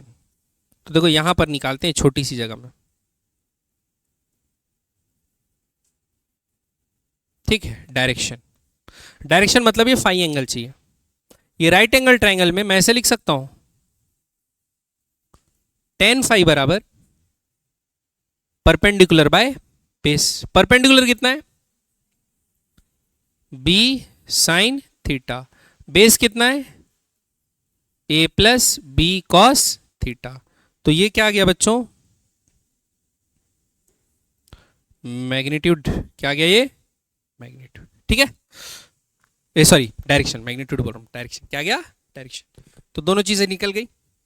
तो एक तो ड्रॉ करके भी निकाल सकते हो बच्चों आप लोग ग्राफिकली, और ग्राफिकली नहीं निकाल सकते हो, मैग्नीट्यूड पता है दोनों का, लेंथ दोनों की पता है, और दोनों का बीच का एंगल पता है, तो फिर एनालिटिकल मेथड वैल्यू डाल के सीधा निकाल सकते हो, जो आपको इजी पड़े, जो आपको अच्छा पड़े, जो उससे आपको मजा आए, ठीक है। क्लियर है? बाकी ये फास्ट है, वो थोड़ा प्रोसेस क्या है, स्लो। ड्रॉ करना पड़ेगा नाप नाप के, इसलिए वो क्या है, स्लो। लेकिन कई क्वेश्चन में वो मेथड ज़्यादा एप्लीकेबल होगा। जैसे हम लोग रिलेटिव वेलोसिटी का अप्रोच लेंगे तो उसमें कई जगह वो यूज़ होगा, एरो एरो बना के बनाए तो ज़्यादा आसानी से बनता है। तो देखेंगे बात की बात। ये समझ में आया कि नहीं आया बच्चों? पक्का? क्लियर है? तो दो वेक्टर को ऐड करना क्लियर हो गया। नेक्स्ट किस लॉ से, पैरेललोग्राम्स लॉ से। ये एनालिटिकल वैल्यू आ गई। अगला चीज बच्चों, सबट्रैक्शन ऑफ वेक्टर। क्या है, सबट्रैक्शन ऑफ वेक्टर। ठीक, फिर से क्या करते हैं, दो वेक्टर बनाते हैं। क्या बनाते हैं बच्चों, दुई वेक्टर्स ए बी। ठीक, अब हमको बोला है कि बच्चों ये वेक्टर ए है, ये वेक्टर बी है, और हमको निकालना है अब a माइनस बी या b माइनस ए, जो भी बोले। क्या बोला है, a माइनस बी। क्या मैं मैथमेटिक्स का इस्तेमाल करके इसको ऐसे लिख सकता हूं, a प्लस माइनस बी? कोई कुछ बोलेगा मेरे को? नहीं बोल सकता। ठीक, तो a प्लस माइनस बी लिख दिया। a का मतलब तो मैं जानता हूं, a है। अगर a प्लस बी होता बच्चों तो मैं इसको उठाता और कहां लाके रख देता, ठीक। तो ये जो है, अबे मिट ना भाई, हाँ, ये जो है वो क्या बन गया, b। और अगर मैं पैरेललोग्राम बना के a प्लस बी, तो वो a प्लस बी आता। अगर ये b है तो माइनस बी क्या होगा? अगर ये b है बच्चों तो माइनस बी क्या होगा? सेम लेंथ मस 180 डिग्री, थोड़ा लेंथ छोटा कर देते हैं नहीं तो मजा नहीं आएगा, ठीक, डायग्राम से बाहर चले जाएंगे ऐसा। क्लियर है बात? इसको पूरे को सेलेक्ट कर लेते हैं एक बार और यहां ले आते हैं। अरे तू क्यों आ रहा है भाई? तेरे को तो मैं नहीं बुलाया, तू वहीं रहे। समझ आया बच्चों? पक्का क्लियर है कि नहीं है? ये हो गया b, तो ये क्या हो गया बच्चों? Minus B.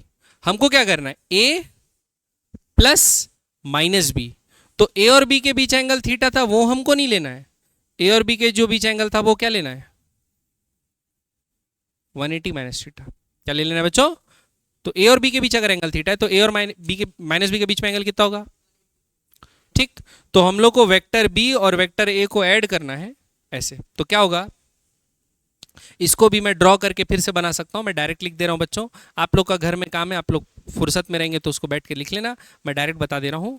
तो क्या होगा? c का स्क्वायर होगा यहां पर a square plus B square minus 2ab cos theta.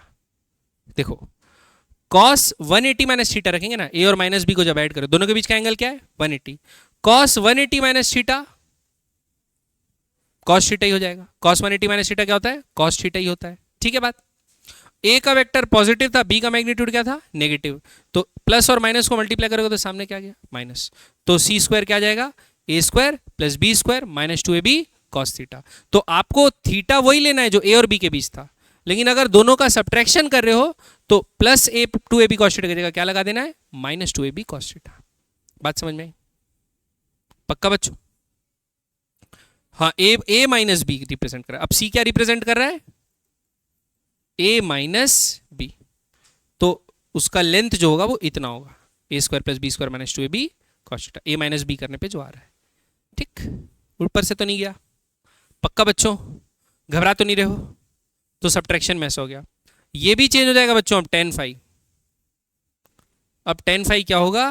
b cos theta, नहीं क्या था? b साइन थीटा, क्या था? b साइन थीटा बाय, अब आ जाएगा a minus B cos theta. पहले प्लस बी कॉस थीटा, अब माइनस बी कॉस थीटा था। ठीक, तो अब हमारा फॉर्मूला ये हो जाएगा।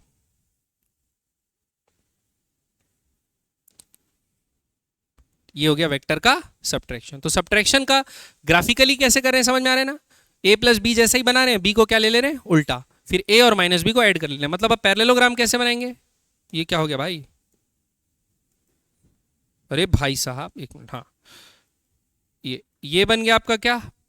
कलर चूज कर लेते हैं, अच्छा दिख नहीं रहा है। ये आपका क्या बन गया बच्चों? पैरेललोग्राम। ए कब? ये क्या बन गया बच्चों? क्या हो गया भाई?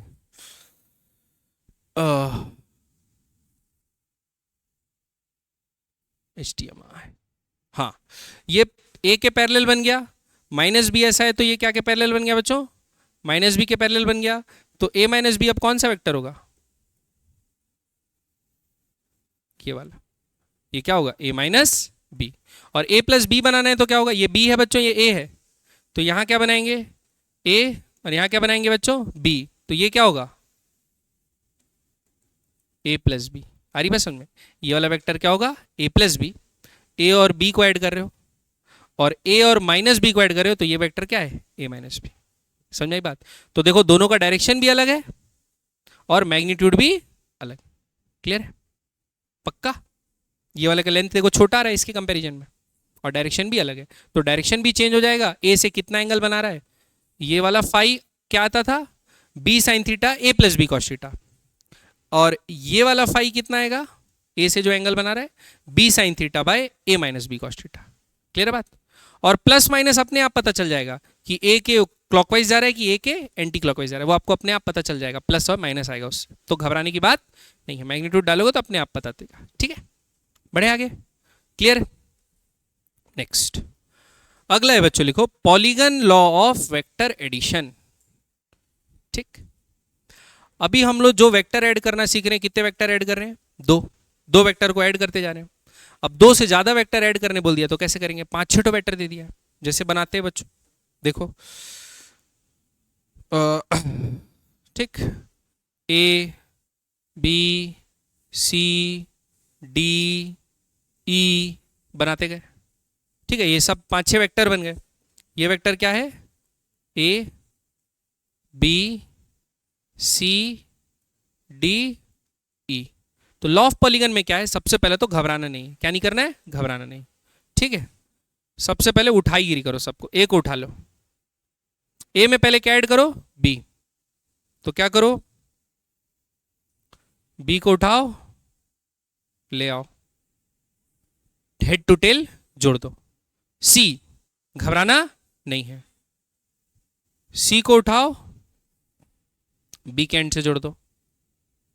ये हो गया ए प्लस बी प्लस सी। फिर क्या ऐड करना है इसमें? डी। तो डी को उठाओ, ले आओ, किसके एंड से जोड़ दो? सी। ये हो गया A plus B plus C plus D. किसको उठाओ? ई।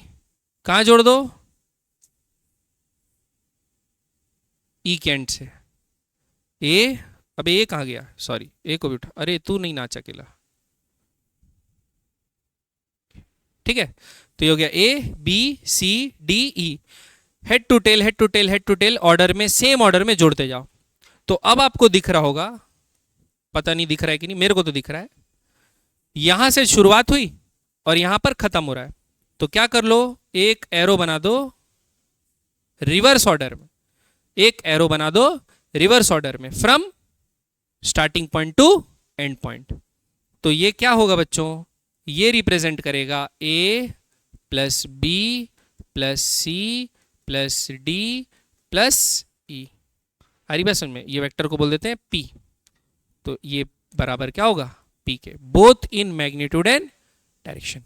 तो आपको क्या करना है? खूब सारे वेक्टर अगर दिए हुए हैं तो सबको head to tail head to tail head to tail head to tail head to tail जोड़ते जाओ। सबको जोड़ दो, लास्ट में एक स्टार्टिंग पॉइंट और एंड पॉइंट बच जाएगा, वो दोनों को जोड़ दो तो क्या हो जाएगा?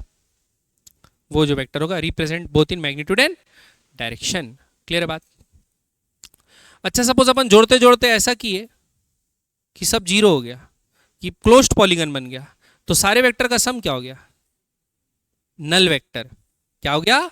नल वेक्टर। जैसे नल सेट बोलते हैं ना, जीरो नहीं बोलते, वैसे ही आपको क्या बोलना है? जीरो नहीं बोलना है, क्या बोलना है? Null vector. आ रही बात समझ में?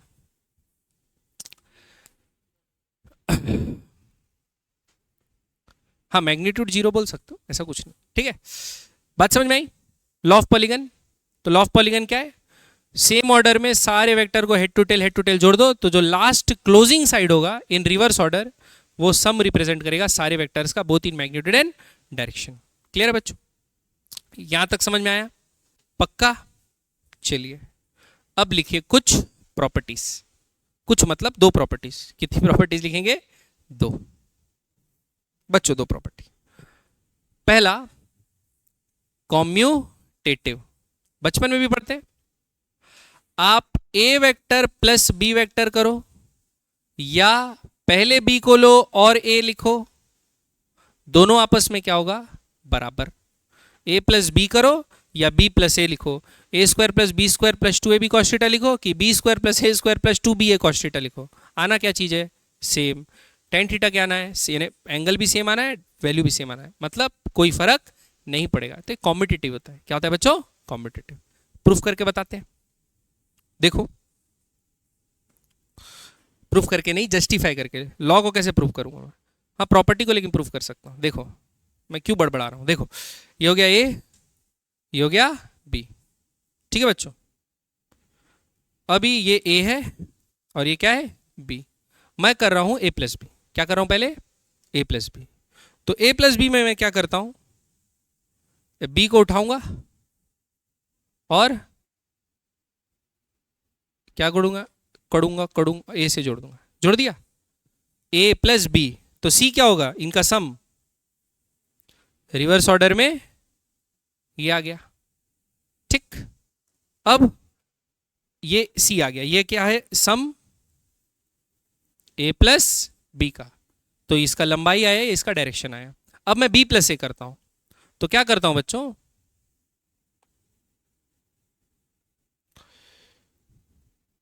ये क्या हो गया इसको, हाँ अरे भाई ये उठना, हाँ पहले बी ले लेता हूं, पहले क्या ले लेता हूं बच्चों, बी प्लस ए।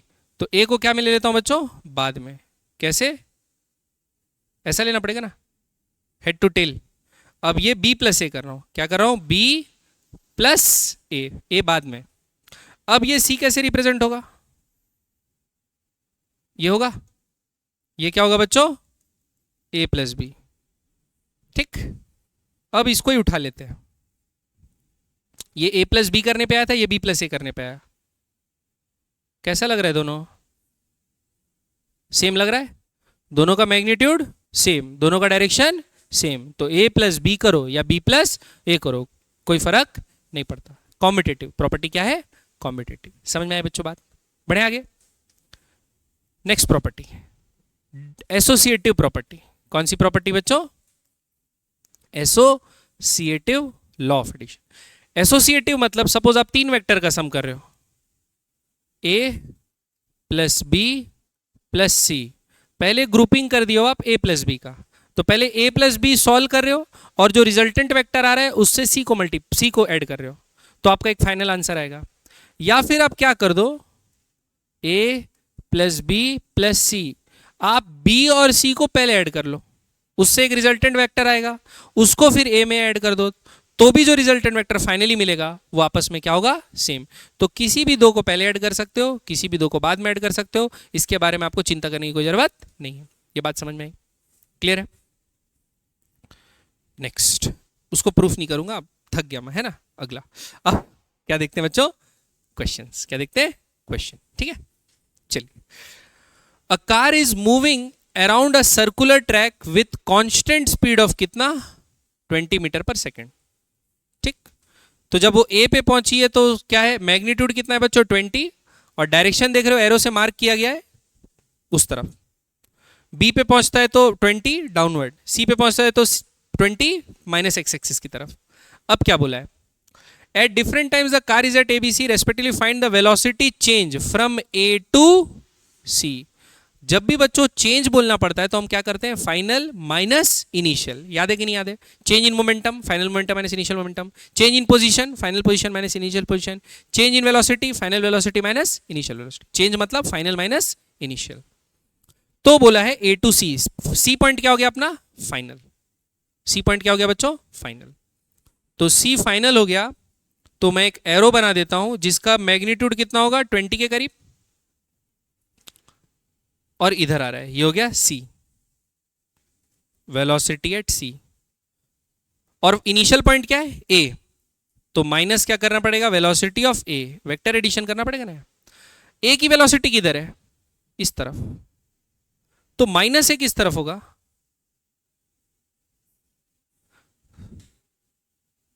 नहीं समझ में आया तो बताओ, माइनस ए किस तरफ होगा, इस तरफ ही होगा। प्लस ए इस तरफ है ना, माइनस ए किस तरफ होगा, इस तरफ। और मैं दोनों को सब्ट्रैक्ट कर रहा हूं, तो इसको लिखूंगा कैसे, अरे बाप रे, वीसी प्लस माइनस वी ए लिखूंगा। तो वीसी तो ये था, और इसमें ऐड क्या करना है, माइनस वी ए, तो वी ए तो उधर था, तो ऐड करना है तो उसको उल्टा करके ऐड कर दिया। क्लियर है बात। इसका लेंथ कितना, इसका लेंथ कितना, 20, तो कितना हो जाएगा बच्चों, 40। और डायरेक्शन किस तरफ होगा, पीछे की तरफ, सी की तरफ। समझ रहे हो, यानी बी टू डी डायरेक्शन होगा, बी टू डी, समझ रहे हो। और मैग्नीट्यूड कितना हो जाएगा बच्चों, वेलोसिटी के चेंज का, वीसी माइनस वी ए का magnitude 40।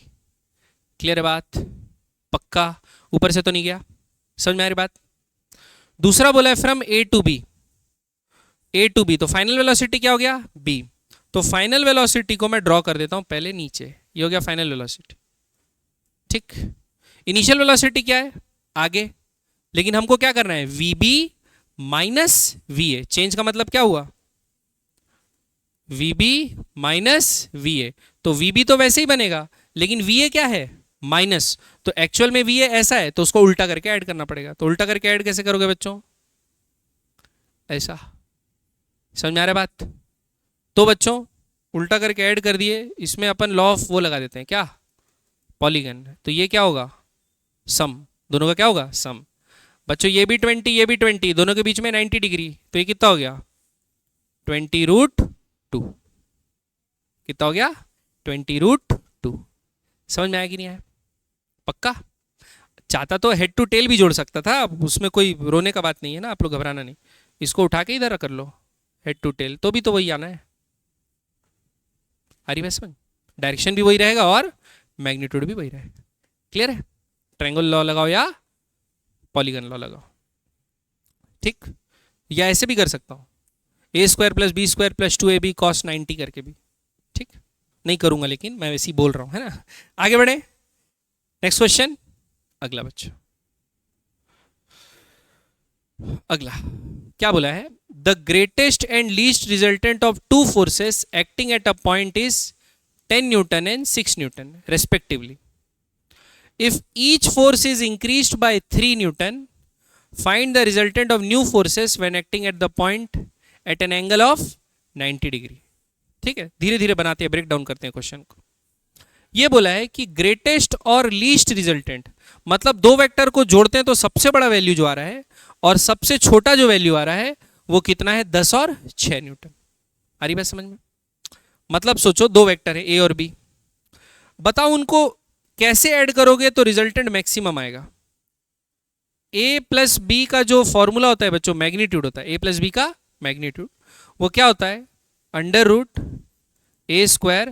+ b² + 2ab cos theta. ये होता है कि नहीं होता है। ये मैक्सिमम कब होगा, जब cos थीटा की वैल्यू मैक्सिमम होगी। cos थीटा की वैल्यू मैक्सिमम होती है +1, बच्चा बच्चा जानता है, छोटे भी जानते हैं आजकल। तो cos थीटा क्या होगा 1, cos थीटा क्या होगा 1। ऐसा कब होता है, 0 डिग्री, थीटा बराबर, मतलब दोनों वेक्टर अलोंग पैरेलल हैं, दोनों vector along the same line. तो दोनों वेक्टर अलोंग सेम लाइन है, थीटा 0 हो गया, a² + b² + 2ab बचेगा। इसको a + b का होल स्क्वायर लिख सकता हूं, तो बाहर क्या आ जाएगा, a + b। तो भाई दो वेक्टर के सम का मैक्सिमम एम्पलीट्यूड क्या होता है, दोनों के मैग्नीट्यूड का सम, दोनों के मैग्नीट्यूड का सम, क्योंकि अलोंग सेम लाइन लग रहे हैं। cos 0 1 हो गया, तो क्या आ जाएगा a + b। जैसे एक का मैग्नीट्यूड 10 है, एक का मैग्नीट्यूड 5 है, तो मैक्सिमम क्या हो सकता है, वैल्यू 15। मिनिमम कब हो सकता है, जब एक दूसरे के ऑपोजिट लगे। ऑपोजिट लगे मतलब दोनों के बीच एंगल 180 डिग्री होगा। 180 डिग्री में cos थीटा का मिनिमम वैल्यू आता है -1, तो -2ab हो जाएगा, तो a - b का होल स्क्वायर बनेगा। तो a मिनिमम कितना हो जाएगा बच्चों, ये होगा a - b, मतलब दोनों के मैग्नीट्यूड को माइनस कर लो। समझ में आया कि नहीं आया बच्चों। तो दो वेक्टर्स का रिजल्टेंट मैक्सिमम कब आता है, जब दोनों अलोंग द सेम लाइन लगे, और मिनिमम कब आता है, जब दोनों एक दूसरे के एंटी पैरेलल हो, एक दूसरे के ऑपोजिट 180 डिग्री में एक्ट कर।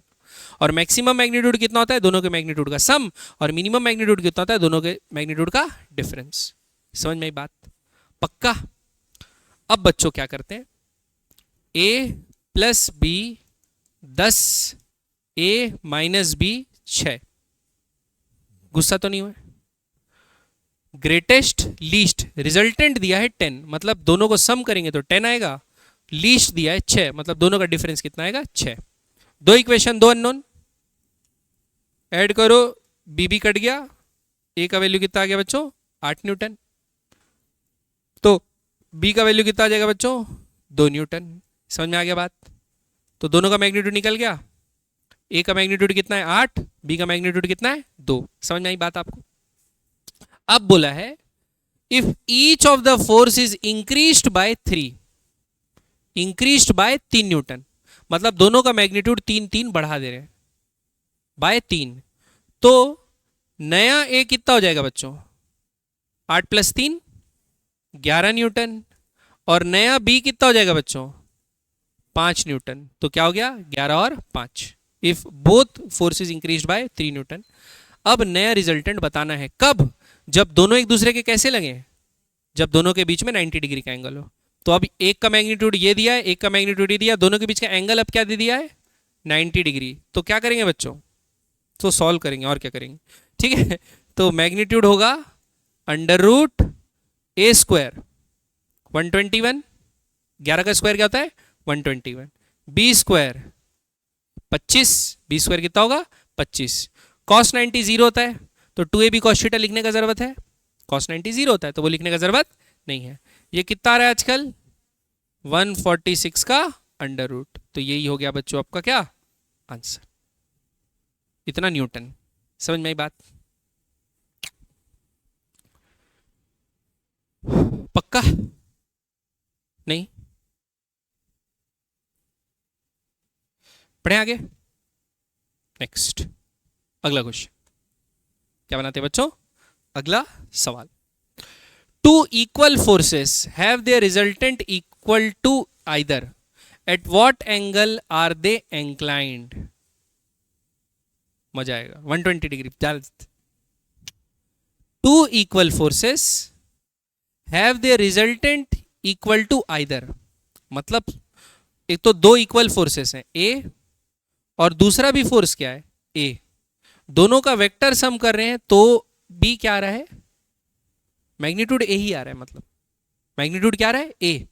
जैसे एक का यूनिट 2 है दूसरे का भी 2 है, तो दोनों का वेक्टर सम करने से जो मैग्नीट्यूड है उसका भी सम कितना आ रहा है 2 ही आ रहा है, मैग्नीट्यूड 2 आ रहा है। क्या आ रहा है बच्चों, यानी ए प्लस बी का जो मैग्नीट्यूड है वो ए के मैग्नीट्यूड के ही बराबर है। ये बात समझ में आई कि नहीं, पक्का। अच्छा दो वेक्टर तो बीच में उनके कितना एंगल हो, तो दो वेक्टर का अगर सम कर रहे हैं तो उसका मैग्नीट्यूड कैसे लिखते हैं बच्चों, A square plus B square plus 2ab cos theta का अंडर रूट, ठीक। ये खुद किसके बराबर है, एक के मैग्नीट्यूड के बराबर है, और बी का भी मैग्नीट्यूड क्या है ए के बराबर है, तीनों आपस में इक्वल हो गए ना, दोनों का इंडिविजुअल मैग्नीट्यूड सेम है और सम करने पे भी मैग्नीट्यूड ए ही आ रहा है, तो यही सिचुएशन बनेगी। स्क्वायरिंग बोथ साइड्स करते हैं बच्चों, A square plus 2a square cos theta बराबर ए स्क्वायर लिख दिए। अब क्या होगा, ये होगा 2 कॉमन आएगा, 2a स्क्वायर प्लस 2a, तो 2a स्क्वायर को क्या लेंगे बच्चों कॉमन, यहां क्या बचेगा 1 माइनस cos थीटा बराबर ए स्क्वायर से ए स्क्वायर कट गई, ए स्क्वायर से ए स्क्वायर कट गया। अब ये इधर जाएगा, क्या जाएगा बच्चों इधर, तो 1 माइनस cos थीटा बराबर आएगा 1/2 है। अरे रे रे रे रे रे ठीक ठीक सॉरी, माफ कर दो मेरे को, सॉरी, ठीक है। तो ये है, ये उधर जाएगा तो क्या आएगा 1/2 माइनस 1, तो cos थीटा का वैल्यू कितना आया -1/2, तो ये 60 डिग्री है क्या, नहीं, सेकेंड क्वाड्रेंट में 60 डिग्री, क्या में सेकेंड क्वाड्रेंट में 60 डिग्री है ना, क्योंकि क्या आ रहा है नेगेटिव आ रहा है, तो ये जो वेक्टर होगा वो किस में होना चाहिए सेकेंड क्वाड्रेंट में होना चाहिए। ये 60 है बच्चों, तो ये एंगल कितना होगा 120 डिग्री। बात समझ में आ रही है, मतलब अगर दो वेक्टर के बीच में कितना एंगल होगा 120 डिग्री और दोनों का मैग्नीट्यूड सेम होगा, तो जब हम उनका रिजल्टेंट करेंगे तो उसका भी मैग्नीट्यूड सेम आएगा। बात समझ में आ रही है, जब दो सेम इक्वल वेक्टर्स हैं दोनों के बीच एंगल कितना हो 120 डिग्री, cos थीटा -1/2 है ना, -1/2 कहाँ रहता है 120, 60 पे नहीं रहता, कहाँ पे रहता है, तो ए और बी के बीच कितना एंगल होगा 120, ठीक, ए और बी के बीच एंगल 120 होगा, तब जो रिजल्टेंट आएगा वो भी किसके बराबर होगा, दोनों के मैग्नीट्यूड के बराबर ही आएगा। पक्का क्लियर है बच्चों, याद रखेंगे ये चीज, ऊपर से तो नहीं गया, बढ़े आगे। चलिए अगला सवाल, समय क्या हो गया, मर गए, चलिए बनाते बनाते जल्दी।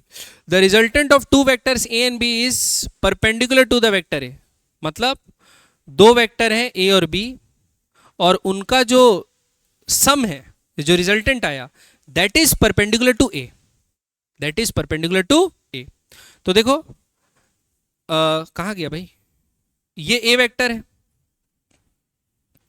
ये कौन सा वेक्टर है बच्चों ए वेक्टर है, तो जो रिजल्टेंट आया है वो ए के क्या है परपेंडिकुलर, रिजल्टेंट आया है वो ए के क्या है परपेंडिकुलर है। तो बच्चों क्या करेंगे, ए में रिवर्स ऑर्डर में बी लेते हैं ना, ऐसा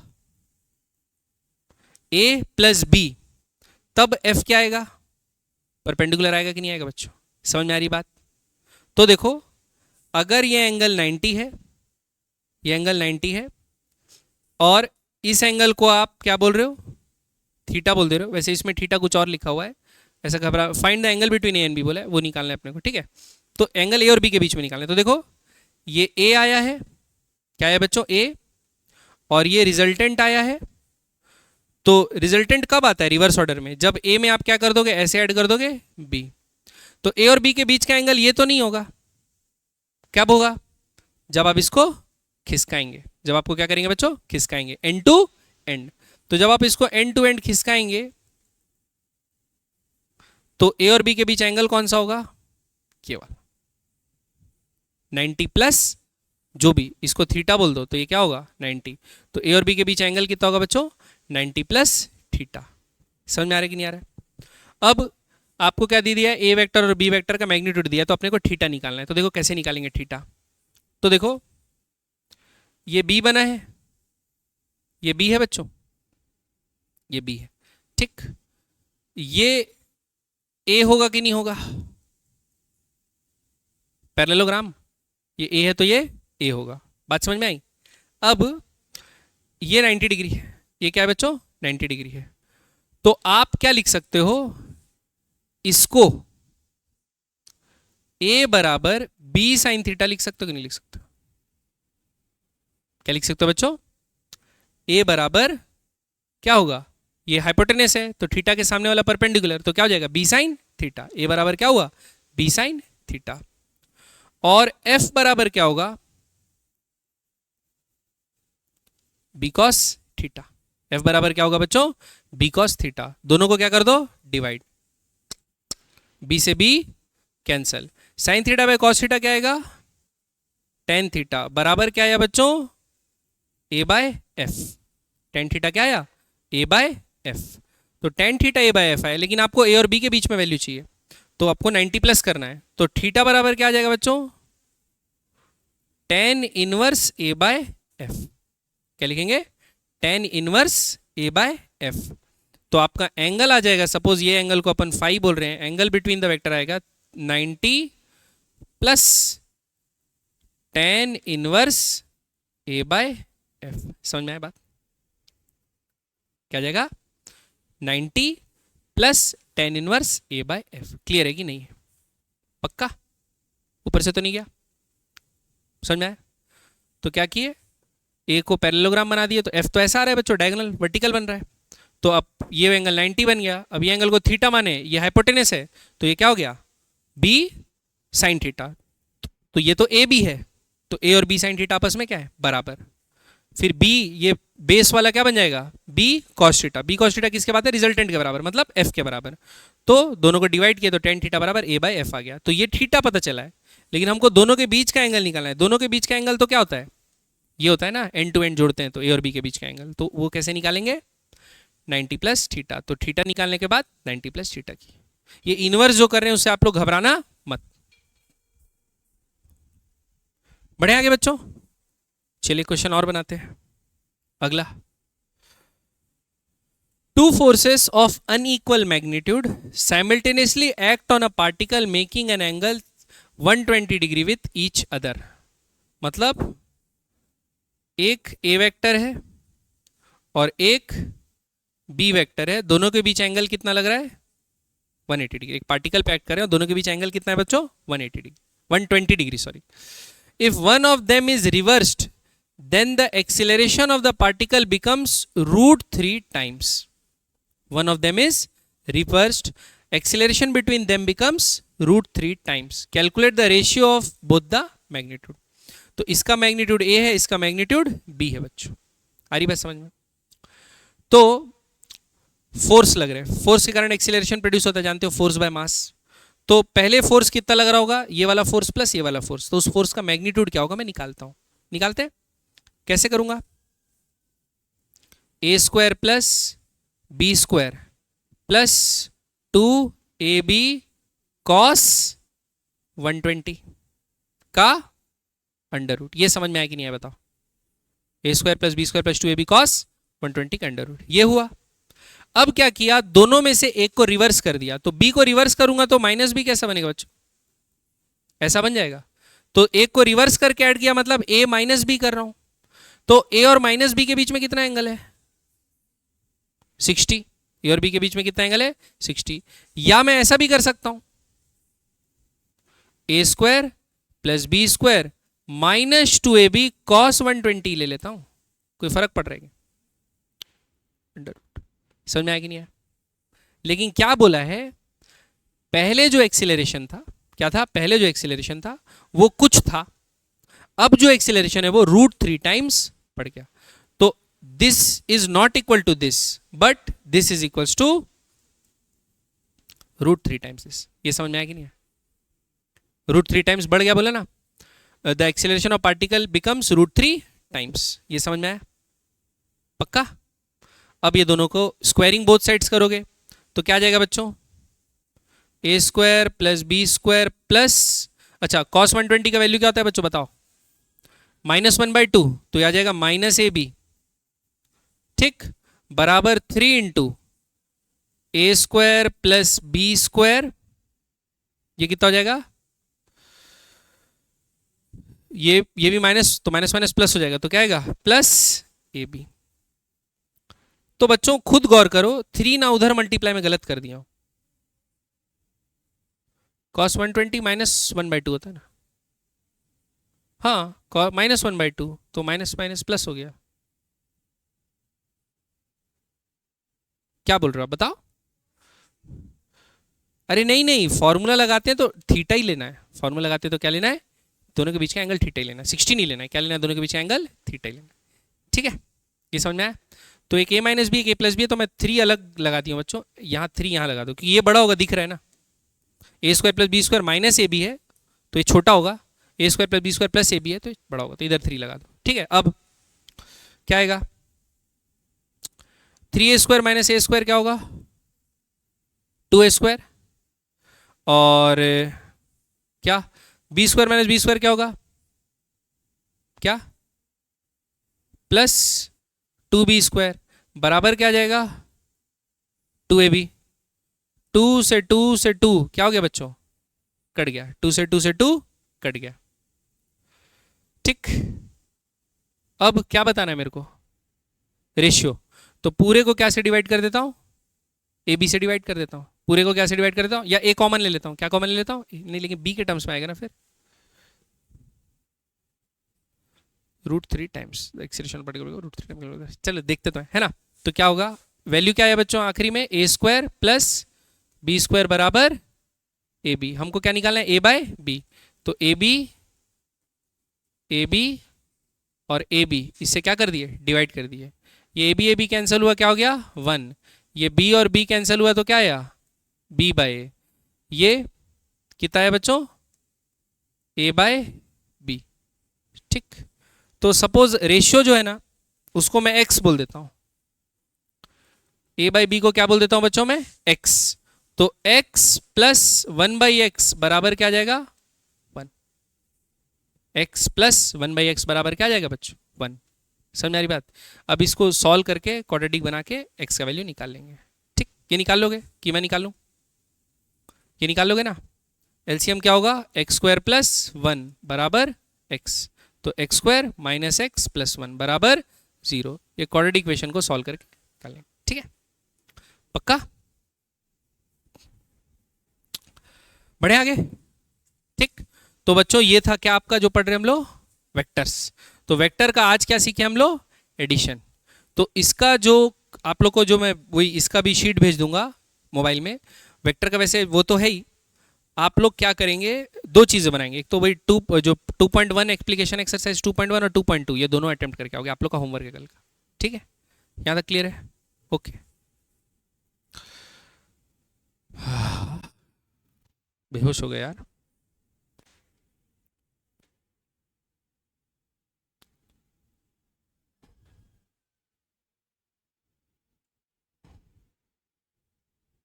हेलो।